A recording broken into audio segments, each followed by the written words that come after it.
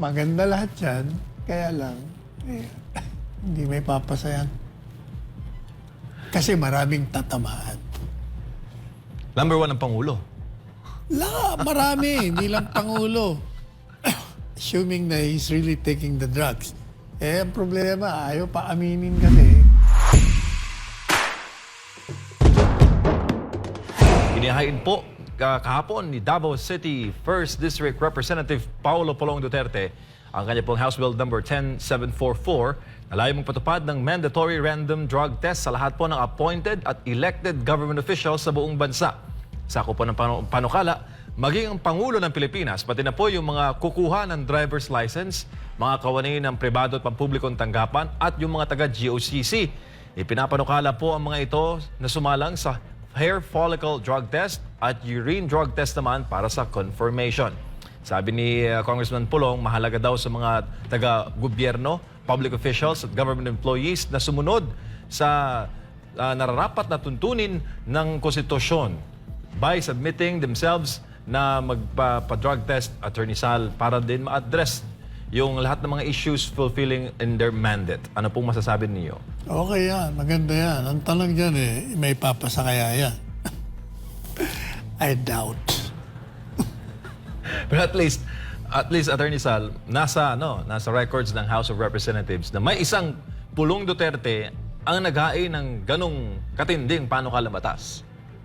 Well, Sa archives na lang.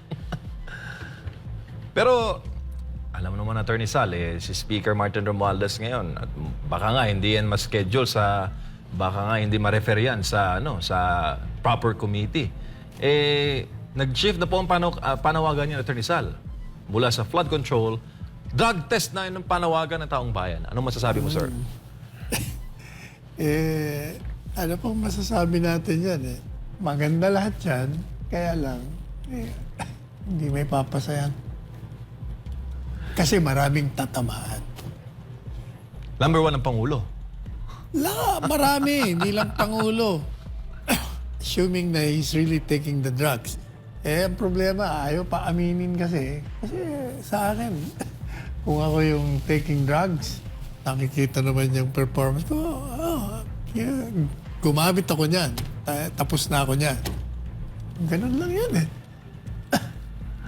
Sabi din, may panawagan naman ngayon si Mayor Baste na Davao, nasabay daw sila ni PBBM na magpa-hair follicle drug test. Dagdag din ng nakababatang Duterte.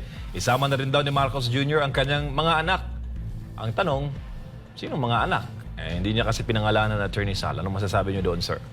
Siyempre, yung ang anak na maaaring itukuyin would be yung public official.